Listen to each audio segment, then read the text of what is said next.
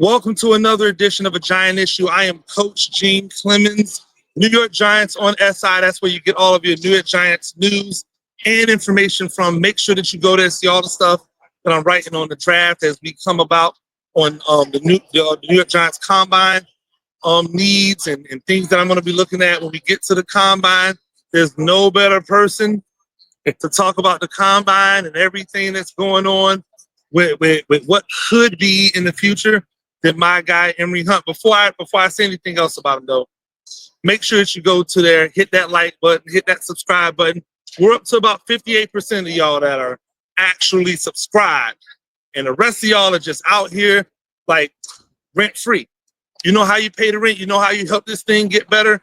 Hit that subscribe button. So continue to do that. We really do appreciate all of you and everything. Obviously, we're here at the media day. It's a Friday, so people are already starting to pack it up because they lames. We ain't even got to the meat and potatoes yet. I got my guy here, Emory Hunt, football game plan, CBS Sports, Mr. Day 3. You know what it is. It's always good. Always a pleasure, G. Always love when I get a chance to sit down in person and talk with you. You think it's a lost art of like being able to just sit in front of people and talk? Yeah, it's fascinating because we used to do all of this, and then COVID kind of put a halt to it, and then everybody got, acclimated with Zoom, StreamYard, anything, Skype, and now people getting back to talking in person are not as comfortable talking in person, but that used to be the way to go before this all, came about. But I'm glad we are of the generation that, knew what that was like before this all existed. Yeah. So we can easily jump back and forth into it. Yeah, because I think the convenience and connectivity of it all makes it work. Yeah, like the fact that you have the ability to Skype or to Zoom, that's great because it allowed people to keep the business running. Right. And then it allowed businesses to see, I could do this a lot more efficiently. If I have a talent in Arizona, I don't have to fly them out. I don't have to put them in a hotel, right. Blah, blah, blah, blah, blah. I can just get them on a Skype. But what you lose with that is you lose that face-to-face interaction, right. And the responses when people do things, not necessarily when they say them, is when they do something that you react to what they did physically more than what they're doing on that other end. So I look at that and I go, like this is the thing that we're missing. Like this is the stuff that we don't get all the time when we're right. A screen here and a screen there. I look at that and I go, it's very important for me to understand that. Yeah, for me, it's just like, it's fascinating when you think about how sometimes you have, things that you want to do within the show. Yep. And then you don't understand that, man, I want to jump in here, but I can't because there's a 2-second delay. Yeah. And so you got to let people get their things out. Then you may want to go back to it, but the flow of the show has moved on and thrown off. So yeah, it makes arguing harder. It makes the more heated exchange harder because you have to hear what they're saying, and sometimes what they're saying is delayed on your end and all that. So it's just a bunch of things that I think I really and truly appreciate about being at Super Bowl Media Row.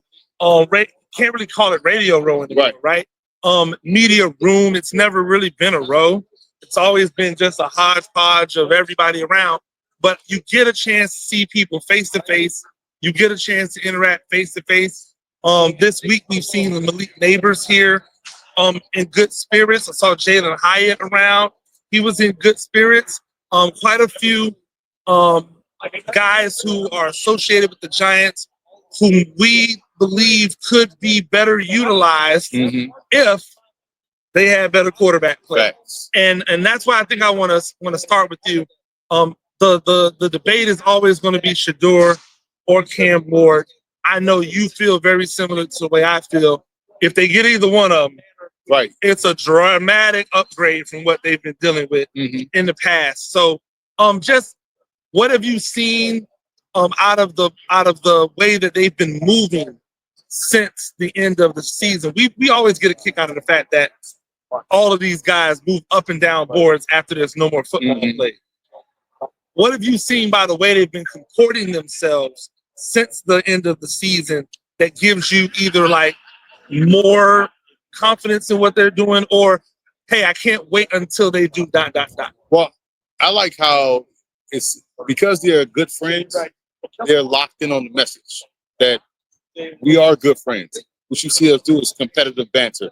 There's no ill will, but also it shows you that they're keeping the message consistent in terms of like, I am not going to say anything that's going to knock my fellow friend and brother. I am going to say he is good too. I just feel like I should also go first because I'm a competitive guy.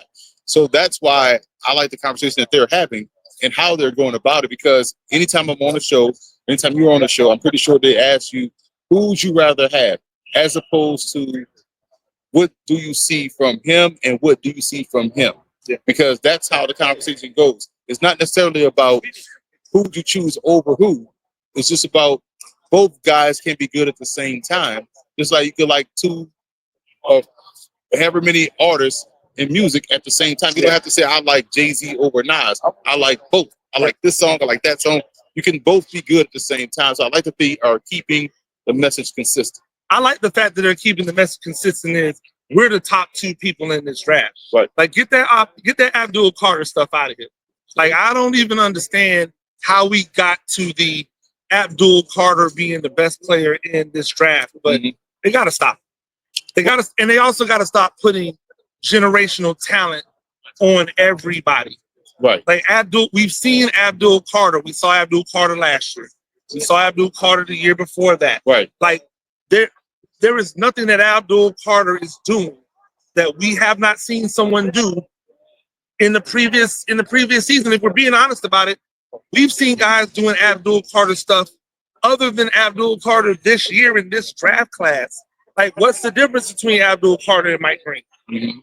Like, legitimately, you're talking about similar frames, similar sizes. But when it comes to the quarterback position, we know what's different between Shedeur Sanders and Cam Ward and the rest of them dudes that they keep trying to. Every week it seems like they're throwing a new dude up there. Right now. Absolutely. So if we get into how they play, because I do think both of these guys fit into Brian Dable's system. They may just both have different ways of getting it done. What do you think can be the way that Cam Ward comes into New York and is successful immediately? Because he has such a quick release, stronger arm, they can drive the football, better escapability, so he can create off script. Shedeur, though, can do a great job of playing on time. He has a touch time anticipation, and that in and of itself is equal to having a strong arm. Yeah. Because if you get the ball out quick, early, and on time, it gets there as if somebody threw it 100 miles an hour. So both guys can win in different ways. I always use this comparison where, Shedeur is more like the Burrow and Cam is more like the Mahomes. They're both excellent quarterbacks, but we know what we saw from Mahomes coming out of Texas Tech. We know what we've seen from Burrow coming out of LSU. Both starting quarterbacks, both elite guys, in my opinion, and they win in different ways. You can't go wrong with either. That's why my message has always been consistent, that you can't go wrong with either, because we've seen both work, and we know Brian Daboll is a good coach. He's going to make that work, and that's what it is. Yeah, I think that people don't understand a lot of times when you say, "Oh, both of these guys are great deep ball throwers," even though one has a cannon and the other one has a good arm. Right. And I think it's because Shedeur understands his arms, and he understands his arm's limitations. Right. And so when Shedeur sees you take that little out jab, he's throwing the ball right now. He knows what's coming next. Right. Cam has the luxury of going, no, I can see you take that out jab, make another step, and go, I'll just out throw the DB. Right. Down. Both are equally effective. I liken Shedeur's deep ball more to Tyrod Taylor's deep ball because Tyrod Taylor throws with a lot of anticipation. Right. People were asking, well, how is it that Tyrod Taylor is able to throw the deep ball to Darius Slayton, but Daniel Jones can't throw the deep ball to Darius Slayton? And that's because behind the same offensive line that they said was terrible, actually behind a worse offensive line because at that time all the starters were out. He was getting the ball and going, he's going to get open. Right. And throwing the ball and putting it out there ahead of time. I think that's where Shedeur is the 6 in one hand and Cam is the half dozen in the other. It's going to get completed, and that's the goal. They just might go about it 2 different ways. The deep ball is not about arm strength. It's about timing. Yeah. Like the fade is not a deep route. It's a quick route. Yeah. That's why the ball comes out on 3-step drop. 15 to 20 yards. You know what I'm saying 1, 2, 3, and you're throwing the fade. Yep. So people have to understand that concept. I think people just get locked into deep ball arm strength. Yep. That's not deep ball is more velocity. Can I drive the ball in a tight window? Yes. You know what I'm saying? How much is it going to sail? Exactly. Yep. You know what I'm saying? How much can I not allow the DB to get back into the play? And that's where the arm strength comes into play.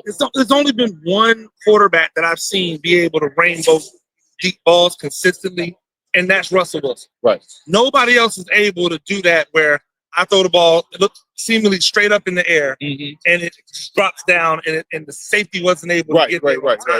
Everyone else, they have to have that line drive with a little loft on it to get over somebody's head and then fall into it. I think both of those guys do that massively.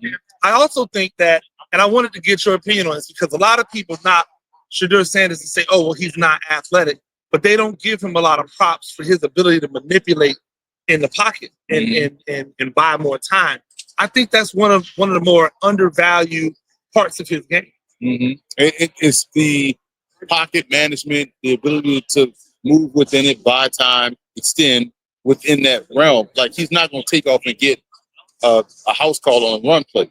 But he can take off and get 20 yards and slide and get down. This is why we say the Joe Burrow comp works for Shedeur, because Burrow's the same way. He's not dynamic athletically, but he's athletic enough to where he can get out of dodge or evade pressure and avoid some pressure. So the thing with Cam can do that, but also Cam can do a little bit more. Now Cam may be a little bit thicker, so he's not like explosive as a runner, but he's more willing to take off and run. Shedeur maybe will backpedal to find buy-in time and then make a shot deep downfield. But Cam is like, all right, I don't see it. After a while, I'm gonna just take off, or I'm gonna just go get it. Similar to Pat Mahomes, which is why you see folks forget Mahomes is athletic until it's crunch time, and then he cover all the options except him running the ball with the ball, and they forget. That's where he also can do it too. Absolutely, and I think it's interesting to listen to evaluators use as a negative for Shedeur and for Cam. Oh, they hold on to the ball too long. But if you notice the way the game's being played now, all of these quarterbacks hold on to the ball longer, because they're all trying to give their guys who are going up against the elite of the elite more time to get open. Like that, Josh Allen running to the right, buying more time, is because he knows if I can just get another half second,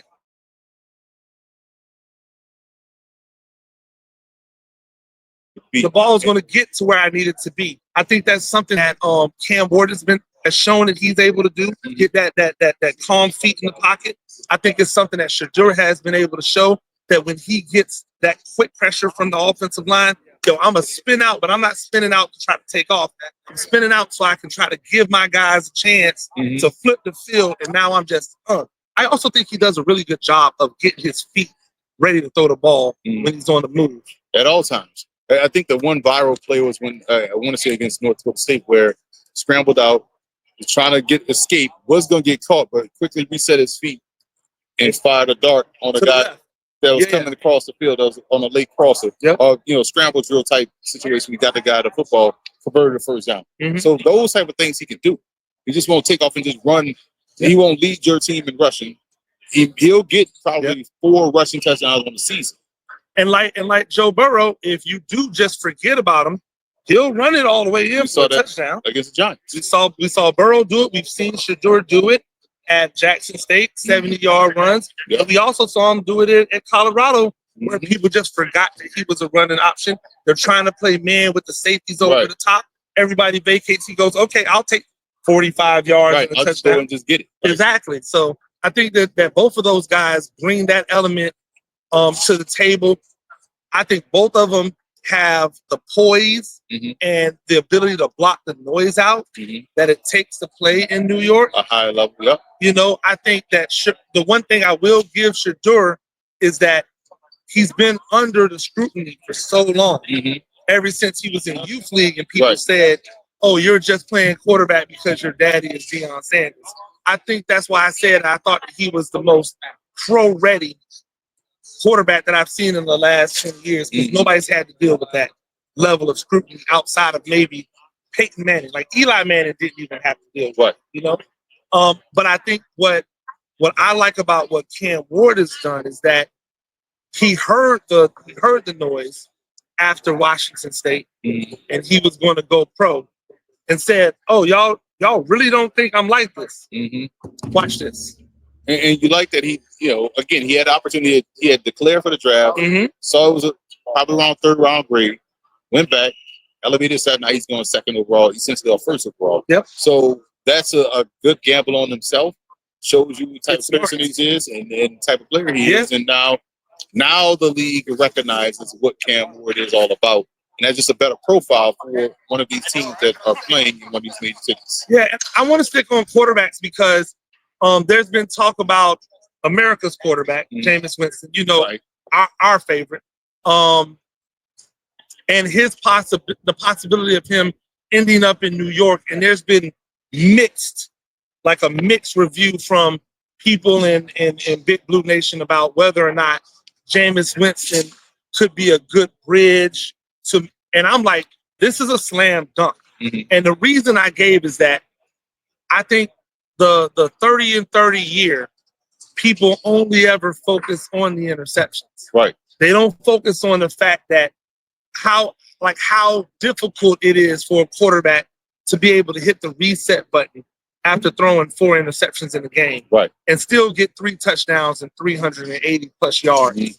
Like how ridiculously difficult it is to throw for 5,000 yards in that situation where you've turned the ball over 30 plus times. Like, it speaks to the level of talent that Jameis Winston is at his height. And so I said, and I want you to tell me what you think about this. If I told you that Jameis Winston is going to be the full-time starter for the New York Giants next year, lock him in for 4,000 plus yards, 35 touchdowns, and probably somewhere around 16 to 18 interceptions. Who's not signing up for that? Because the thing with Jameis that people forget, man, that year that they always bring up, pre-LASIK surgery. So Jameis was getting significantly better post-LASIK surgery with Sean Payton. Then he had the ACL injury. And we saw what that looked like. The return come back. Dennis Allen fell out of favor. They didn't want to play him. The players wanted Jameis. The players, every team he's on, they say that he's his their best teammate. And so Jameis, to me, at least you know the receivers are going to get action, which will open up things for the run game. The offense will be balanced. Defense will get rest. So Jameis is a net positive in any iteration of your offense. And he's going to take the blame. Like, that's the thing. You don't have to worry about we got to protect the quarterback's feelings. No, he'll come in and take the bullets so that Malik Neighbors doesn't have to take the bullets. So Wan'Dale Robinson doesn't have to. He gets people to follow them, man. And the leadership is one aspect that you have seen lacking from the Giants quarterback outside of Tyrod Taylor, where guys listen to Tyrod, they follow him. You know, Daniel wasn't that guy vocally, or just didn't give off that presence. Maybe, you know, Drew Lock is someone that was sort of like Jameis, that guys kind of like and can vibe with and just, you know, say, hey, all right, like he threw an intercept, but he also is going to throw this thing again at the same, you know, coverage, and this time he's going to hit it. So Drew Lock gives off that. So Jameis gives you that vibe, but Jameis is supremely talented, and people focus on the interceptions and his personality and let that overshadow how good of a football player he really is. One of the other things that is the law of intended consequences, I guess, is that he's a great mentor. For whomever you bring in, because you're bringing in a quarterback. Whether you take Jameis Winston or not, It just depends on, are we going to spend the draft capital on our quarterback for the future, i.e. Cam or Shedeur, or are we going to bring in a guy who we think might have some project to him, a Milroe, a Jackson Dart, right, whomever, right? If he's your quarterback, you're not going to get the static when you decide to move on to the next guy as the guy. He's going to understand the role and play the role that you're asking him to do, as long as you were upfront with him from the beginning, which I think that the Giants would be in this situation. So not only do you get a guy who can give you starting quality, right, who then becomes your backup, very similar to a Tyrod. Now you get a mentor who is young enough that he's not so far removed from what these younger quarterbacks are going through, but's old enough and has been through so much that he can help them avoid some of those potholes that you just don't know until you know. I totally agree. And I think a lot of folks just forget me as a Heisman Trophy, as a dual threat player at Florida State. I'm talking about like two dual sport players. Yep. He's excellent at throwing the deep ball. He's going to give you a chance. And we've seen him come in through some tough moments and lead his team to victory. And the galvanization of a football team, especially when it needs it, it's a good. It's a net positive and a good fit. Yeah, I think the one thing that Giants fans will have to get used to is he a country boy. Yeah. Right? Like, don't expect him to be no city boy. Right. He a country boy. He might dress a little bit. His wardrobe's getting better. Right? He might feel a certain way, but he's gonna have some quirky country boy type of football is serious to him. Yeah, it's super serious. And so, like, when he gets into the building, he's about the business. He's going to do everything he can. Just don't fall for the comical, like, exterior, because of the way he says it. Right. Like, when he says something like, man, I pray to God he helped take away these pick sixes. Right. He's dead ass serious about that. Right. Like, he looks at it and goes, if I can correct that and help keep that from happening, our team has a better chance of winning. And so I respect that about him. But it's something that you have to understand if you just understand country folk. Right? If you don't understand country folk, it ain't gonna matter. I want to do this before I get too far in. You my guy, we got our line. Come and say that sports tees. I got you laced up with your own let the work speak. You've always been a guy that lets the work speak for itself. And so this week we've been really, hammering home the message that there's people who are here who are working, and then there's people who are here that want to be seen. Right. And we know that you've always been a guy who's working out there. I want to make sure that I give you your flowers, because every time I see you, it's getting to the work. It's not just, oh, I'm here because somebody invited me and I just wanted to. No. It's about getting to the work, and the work doesn't stop for you. You're right back here in another week or two for the Legacy Bowl. There's going to be some really talented people from the HBCU. I'm really excited to see Elijah Williams, who I was shocked did not get a Shrine Bowl invite. That was did not get a Senior Bowl invite. He might be one of the top 10 defensive tackles as far as versatility in this entire draft. And he didn't get an invite. That was a miss.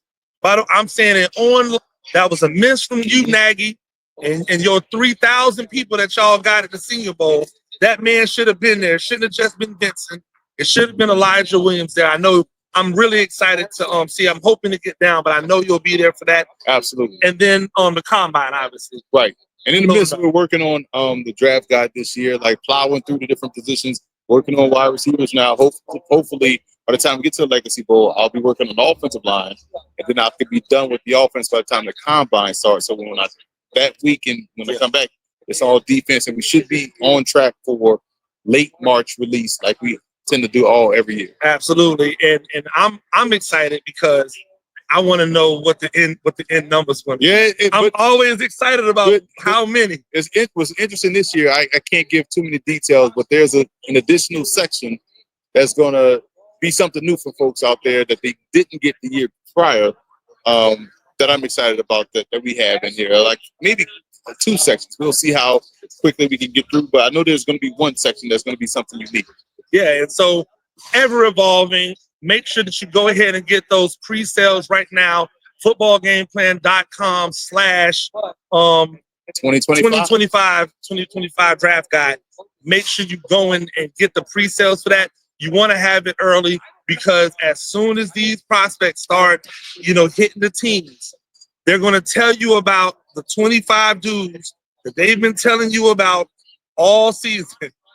And after 25, you're going to be like, but who is Carson Vincent? Right. And why do we pick him at tackle? And you don't even know that you have a future starting tackle on your team because nobody pays attention to Alabama A&M except for Mr. Day 3 and some of the people who are involved in HBCU football. So I'm really looking forward to the draft guide. I know it's a labor of love, but it's that work. Right.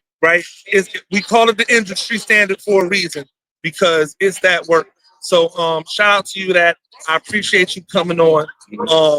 I know you got a few more things to wrap up here before you say a sayonara, and I appreciate you carving out some time and coming to hang out with the people. Well, I appreciate you bringing me on, and Big Blue Nation Giants fans, lock in with Coach Gene Clemons, because again, he's on the rise. He's someone that tells it like it is. And you've seen the work, you've seen the show, you've subscribed and all that stuff like that. Just keep it. The guy does everything. Like calls games, do all those things. Like I'm the Sammy Davis Jr. Exactly. He kind of do it all. So like if I'm stamping my name on prospects, like I'm stamping my name on Gene Clemons. So you heard it. I appreciate you. Heard it. Thank you again. Yeah, I ain't gonna the Wes. I'm puffing my chest out on that one. You know what I'm saying? You can click that and send it to your friends. I got the stamp. But this is the guy, man. I appreciate you always bring me on. Man. Absolutely. Ladies and gentlemen, thank you for joining me. Another edition of A Giant Issue. I am Coach Gene Clemons. Make sure you go to New York Giants on SI to get all of your New York Giants news and information. Make sure that you hit that subscribe button. And I want to hear what you think about the conversation. What's your thought about Shedeur Sanders, Cam Ward? Are you happy with either one? Are you saying, nah, I want to go another way? And if you're saying, nah, I want to go another way, what do you think? Right? Like, make sure I want to hear about it. I want you to talk to us as you guys always do. We'll be back soon. Until next time, I'm Coach Gene Clemons, and I've got a giant issue.